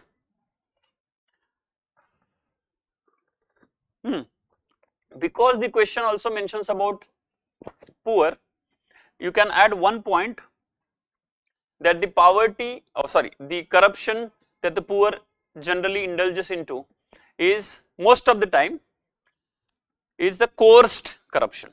Coerced as in he or she is coerced into getting involved into giving bribes most of the time. Otherwise, something that they would have anyway got.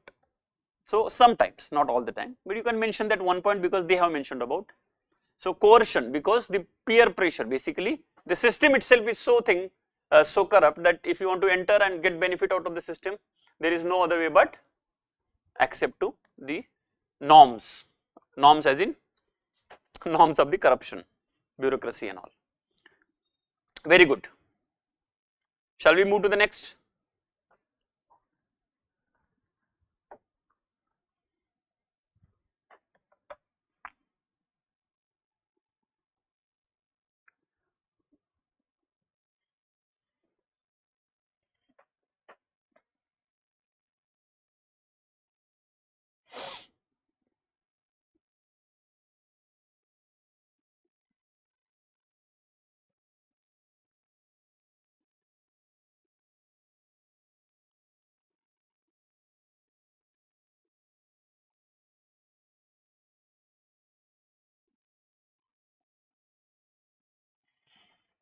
Now this is similar, but I want you to write so that it will be this particular aspect.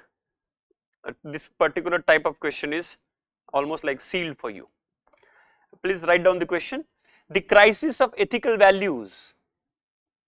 The crisis of ethical values in modern times is traced to a narrow perception of good life. A crisis of ethical values in modern times is traced to a narrow perception of good life. Discuss. Okay, I already posted the question in the chat box. The crisis of ethical values in modern times is traced to a narrow perception of good life. Please take 2-3 minutes. If you want to write some more points, please do it.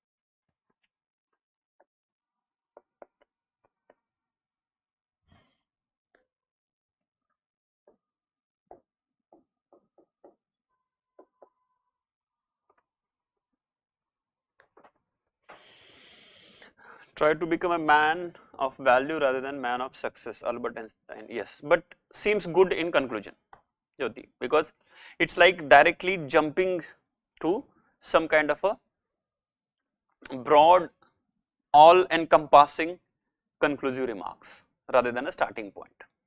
So good for your this thing, conclusion.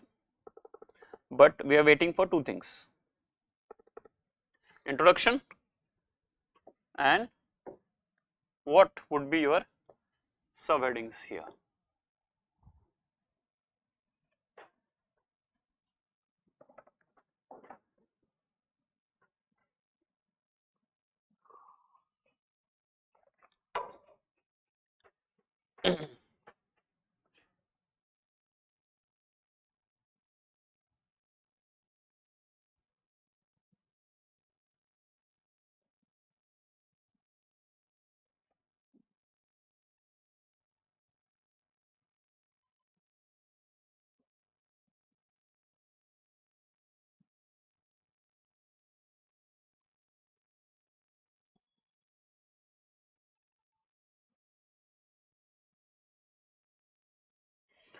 Yes, values may be defined as socially approved desires and goals that are internalized through the process of conditioning, socialization, etc.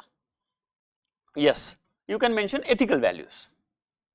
Okay, so you can, yes, this can be very basic and safe kind of introduction, that you say ethical values are those aspects or those principles and those behaviors that are approved and desired by the society and supposed to be of larger benefit rather than self interest. Yes, you can start off with this. But see, the crisis of ethical values in modern times is traced to a perception of good life. Now, here the good life is very important word. Okay, little philosophical you might have, because in philosophy we discuss the conception of good life. You know what is good life? Good life means, here you might have heard this concept of purusharthas in your art and culture, dharma, artha, kama, moksha, according to Indian tradition, purusharthas, or in the Greek tradition, virtues, okay, virtues of courage, honesty, temperance and all that. So these are actually considered to be the goals or something that one should pursue to be living as good lives. In Indian context, dharma, artha, kama, moksha are purusharthas, means basically again conception of good life. So briefly you should mention, because they are talking about modern times. So briefly, okay, you can introduce whichever way, okay, as ethical values, the importance of ethical values, definition of ethical values. If you want to discuss crisis of ethical values, okay, narrow perception, okay, for any human being, all the actions, all the decisions, all the behaviors that the person does are certainly impacted directly by the perception of his own perception about the life, perception about the right and wrong, and perception about what is good life. You can start with this. Then comes conception of good life. You mentioned not very detailed, briefly, because this is to be larger part, okay. Maybe for sake of understanding, what you can do is you can shift it here, so that to make you feel that this should have more points, because that's for the demand of the question. But conception of good life, you can mention about purusharthas, like in Indian context, or virtue based lives in Greeks, okay. Other examples like Buddha, Mahavir, Guru Nanak, and in general religion have been giving the moral codes. That is one aspect.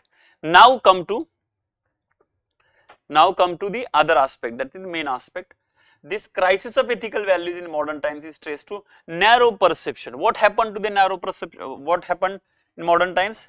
Now, what is this narrow perception? No need to write narrow perception, but narrow perception is the main point here. Number one, what would you write? Individualism, or maybe individual versus collectivism. Second, materialism versus spiritualism. Okay, or for that matter, consumerism versus need-based economy. Okay, normalization of greed.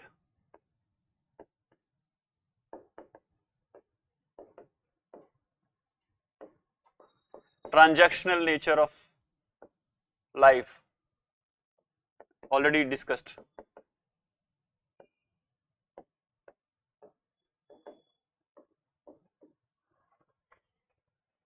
Many points we already discussed, right?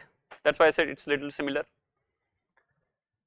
Transactional nature of life.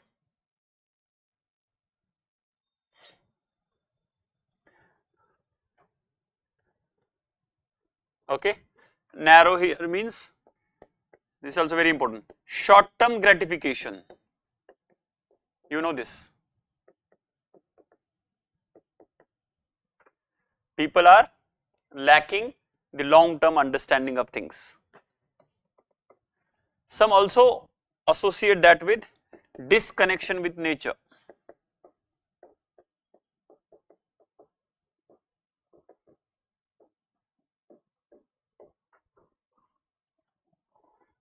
Right?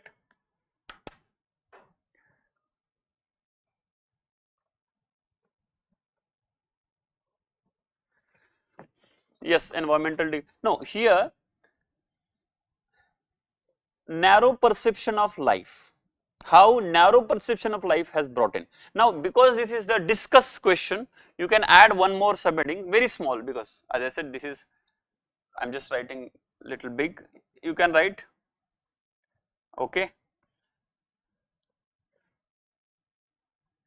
measures to control or improve or solutions. And you mentioned the same thing that we talked about. You know, there has to be proper training, proper orientation, moral code, moral teachings in education, basic education should have syllabus for the moral things, morality, exemplary, like those who are behaving in a modern way, moral way should be given, should be rewarded by the state or rewarded by the society. You can mention, for example, Padma Shri and Padma awardees. Nowadays, we can say that people who are contributing in a big way, they are the ones who are considered for the Padma awardees. This is a good development. By the way, this particular aspect, you can always mention in some positive tone, wherever the optimism has to be brought in, that especially in recent years in India, no need to mention last how many years, recent years in India, it has been seen that Padma awardees had been given to the grassroots leaders, which actually have been helping us to send a positive signal with respect to sending the message of ethicality. Don't say before that there was a problem, just say that of late recent times it has improved, that's all, and everybody knows that. Okay, it's something that democratically everybody agrees. You talk to anybody, they will agree. It's not about politics, it's about reality, and mention that. Okay. Okay, how would you conclude here? This itself can be very good conclusion that I talked about Padma awardees. That's the way to go ahead. But bringing back the importance of ethicality, bringing back the basis of selflessness in all the decisions, okay, or for that matter, bringing back the importance and significance of the messages that have been, that have been concealed under or suppressed in the debates on the religions. The intellectual debates on religion has been suppressing that religious value.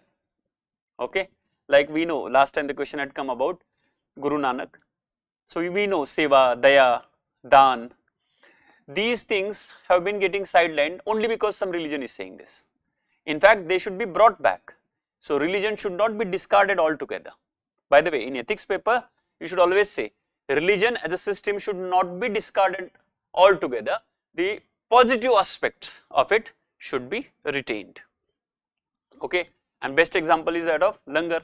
You know how it has helped in not just in COVID, otherwise.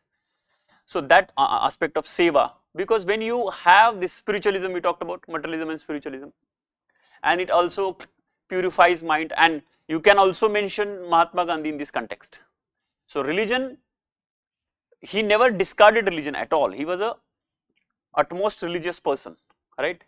There is one more catchy line, you can note it down and you can use it whenever you want to write some catchy conclusion or something, whenever relevant, that the person who was deeply religious, okay, helped created the secular country, whereas the person who was deeply atheistic and irreligious was successful in creating country based on religion.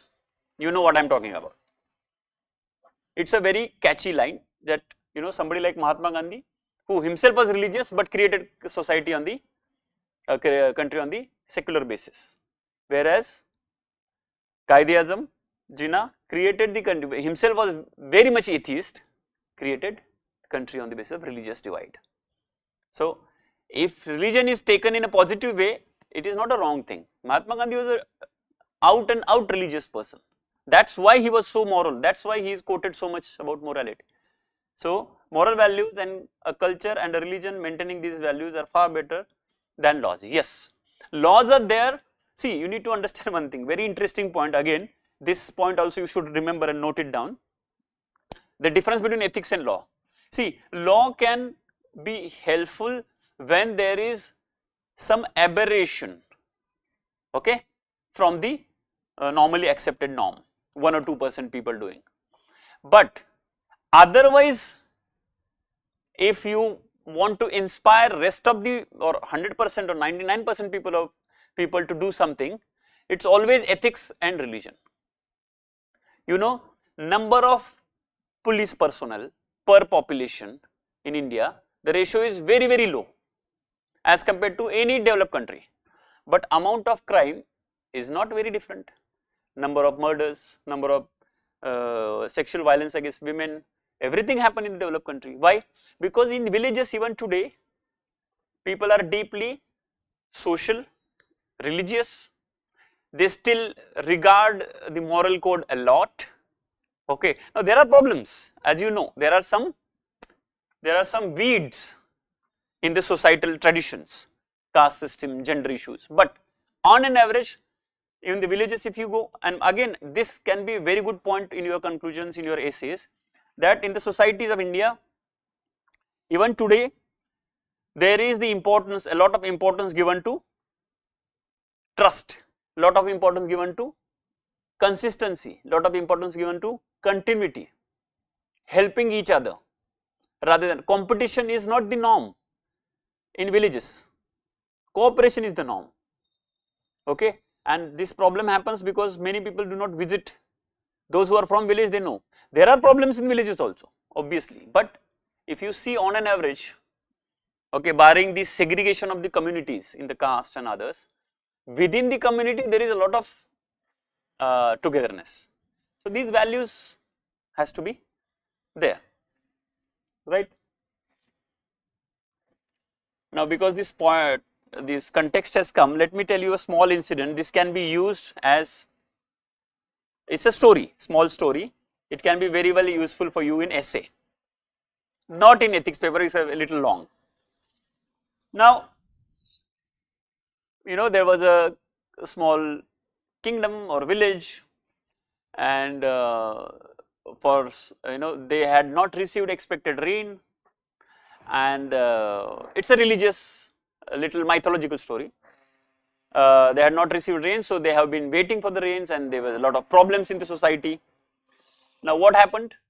There was some oracle, Akashvani happened there, that there is a nearby Shiv Mandir.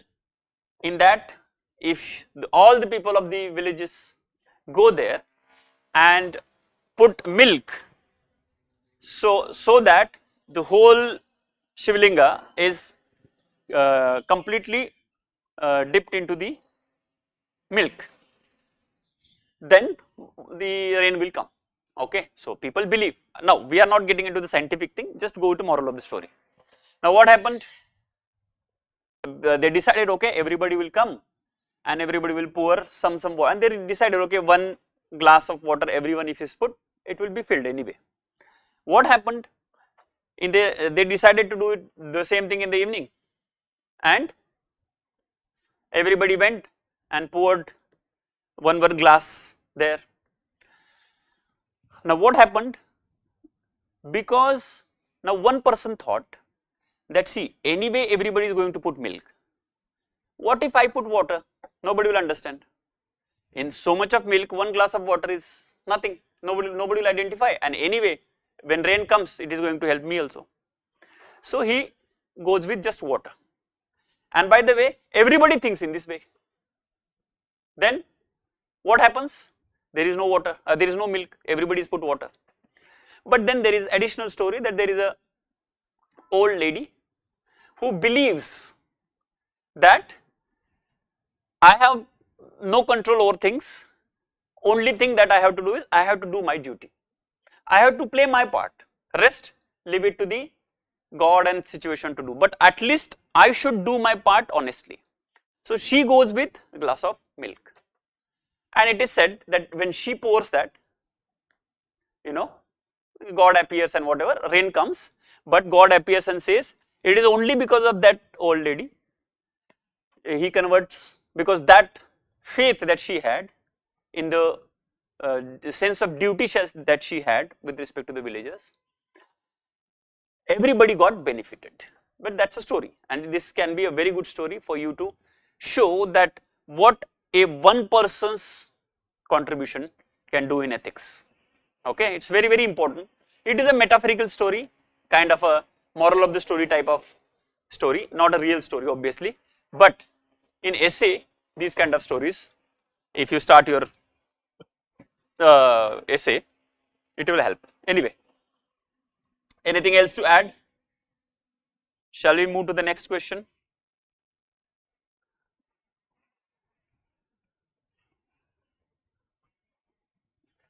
Okay, let's try to do some quotes. Okay, let's try to at least do one or two quotes, that will be better, right? The quotes that we had not covered till now, we'll try to cover. Okay,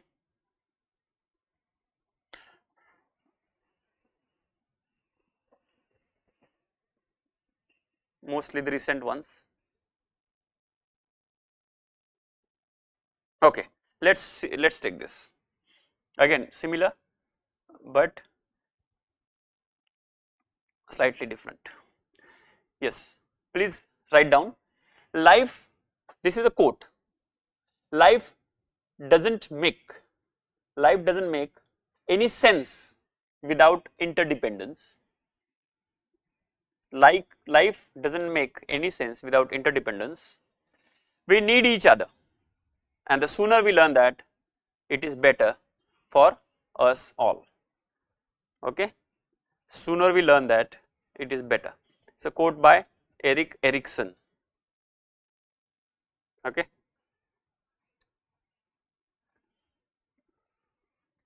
life doesn't make any sense without interdependence. We need each other, and sooner we learn that, it is better for us all. Now I hope you people remember what we discussed yesterday's lecture, quotes lecture. So try to apply that. Similar logic, only thing perhaps is will not be required to have any subheading per se, you could just straight away start writing the answer. Okay. Yes. Take 2-3 minutes. Introduction. Now here no subheadings. You can tell me introduction.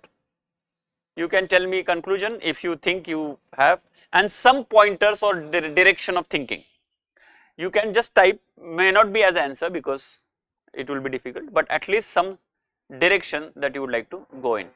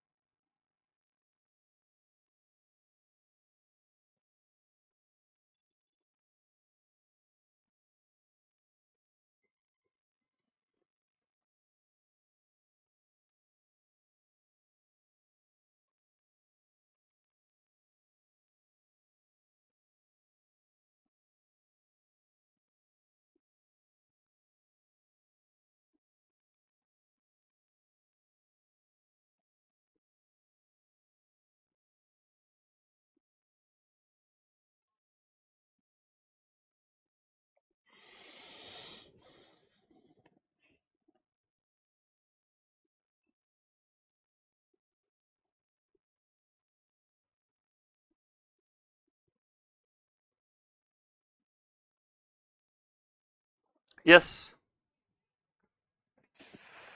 Anybody? Could you think of something?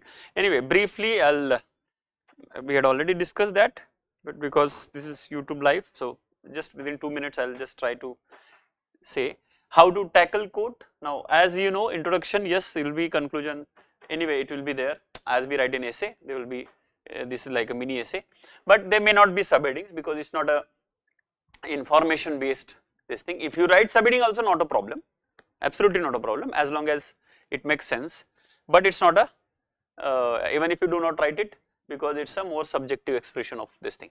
Now, quote is not some kind of answer, some kind of question that is putting some demand for you.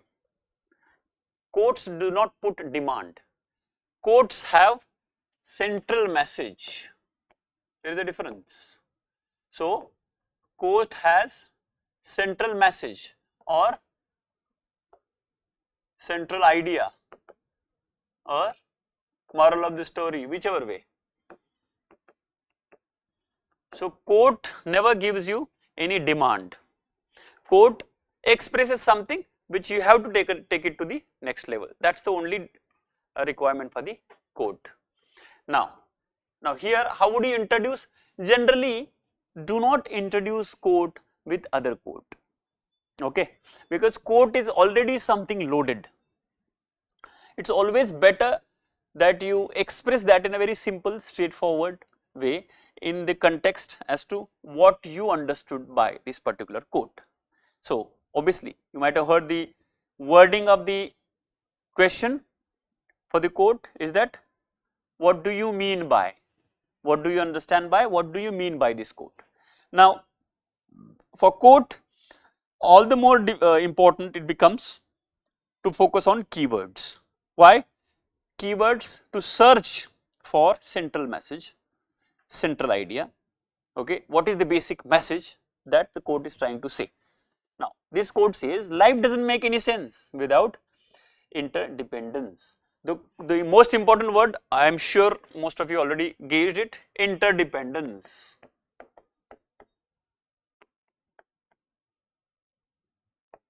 Okay. Now, you know what interdependence means. We need each other, okay, and sooner we learn that, it is better for us, means we have forgotten.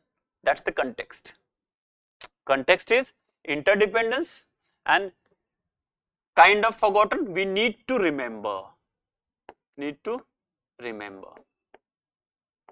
Now, why need to remember is what the answer.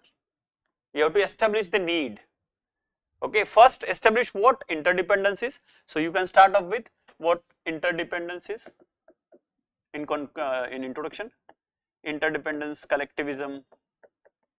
You can start with man is a social animal, man is a social emotional, okay, and social, emotional and spiritual animal which always needs connectedness with the other human beings, again socially, economically, emotionally, in whichever way, right. So, togetherness, less selfishness, tolerance, acceptance enriches the life. Yes, these are the good points. These actually, these points should be part of the main answer, okay. Once you write that, then you write about collectivism or collective conception of life, collective conception. Then you talk about, or there are other ways, okay, why socially it is important, why economically it is important, why emotionally it is important, need, no, why environmentally it is important, why spiritually it is important, why morally it is important. And then why it is important. And now here, when you write why it is important, you have to in the same flow, you have to also mention as to why it is not there. That's the reason it is important now, okay. So, socially, for example, social divide on the basis of caste, gender, religion, what happens, how it creates chaos, how it creates, how you know, the one group of people is pitted against the other group, it creates violence, it creates enmity, it creates negative energy or negativity, okay. Yes, you can add this very important point. Yes, administration or ethics in administration, collectiveness in administration is also, interdependence administration is also very important. Okay, very good point. So many points you can mention. See, it may not go till that, okay, but you have to establish the interdependence, and maybe you can add one more point, measures to achieve this. If you are not writing in the answer previous part, you can write measures to achieve this. So 4 or 5 measures if you can write, what exactly can be done by the government, what can be done by individual, what can be done by the society in general, what can be done. Yes, economic, so in environment, limited resources, you already know the quote also, Gandhiji's quote, right, and law, this violence, basically wars, violence, hatred, intolerance, you know what is happening. And again, we have recently we have many examples with us, Russia, Ukraine, Azerbaijan, Armenia, Israel, Palestine, now Bangladesh also. So we have so many examples where we have to understand that we are together, we are somehow forgetting it, we are somehow losing that track. It's clearly visible there. So mention that. Right? Yes, society, family, friends. This is emotional aspect, where emotional aspect, emotional, social or emotional, okay. This is economic, environment, or maybe this is emotional only, environment, spiritual, moral. Togetherness is very, very important. With this togetherness only we will be able to achieve and grow together, because otherwise there is no, life does not make sense means what? Otherwise the whole time that we are available with as life, we will be ending up spending for fighting and defending, quarreling and exploiting, right? Yes, common but different, differentiated response. Again, don't go too much technical. Even if we are mentioning environmental, try to remain in the arena of ethics, arena of interconnectedness.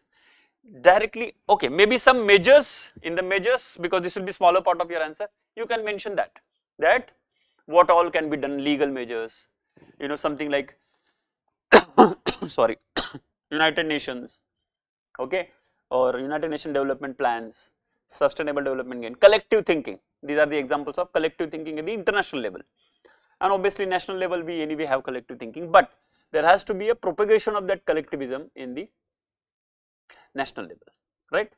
So it has to be explained in that particular way, okay. How would you conclude then? Yes, because this kind of question is a very good opportunity for you to conclude in a very optimistic, patriotic,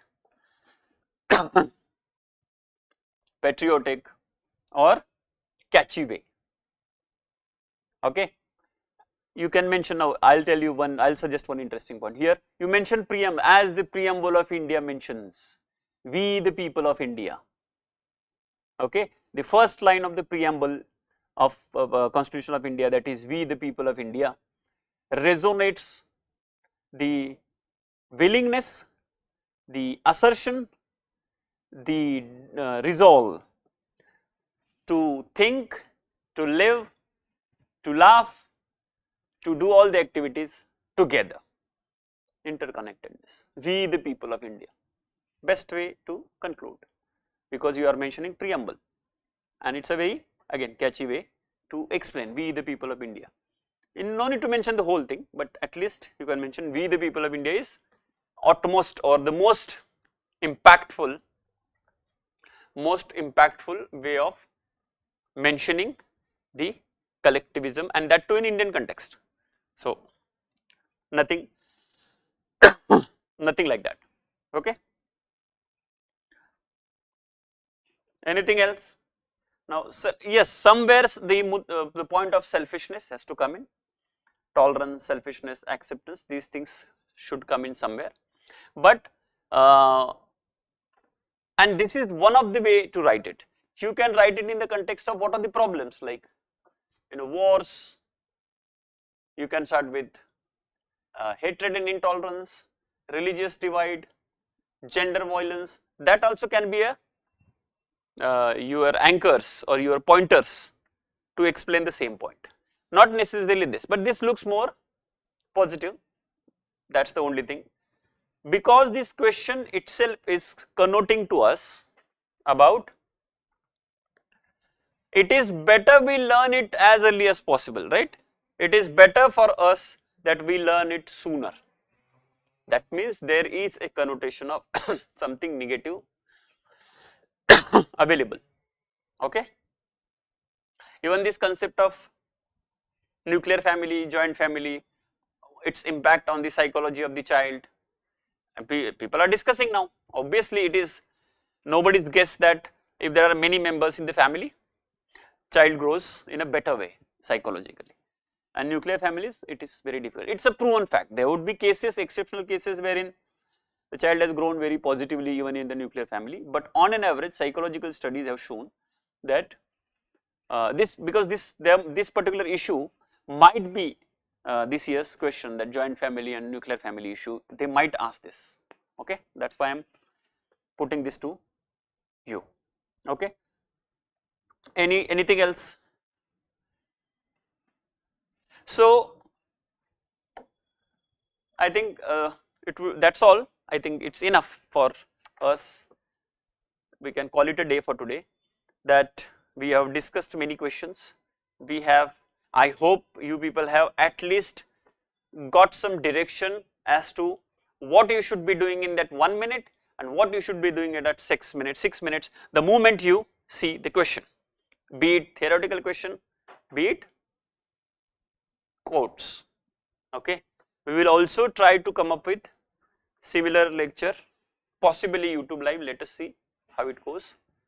Anyway, there is a lecture for the course, those who enrolled for MMP, Mains Master Program. So, for the case studies, there will be discussion like this. We will be sitting and trying to solve the case studies, at least one lecture. But let us try whether we can do it YouTube live the way we did it today, okay?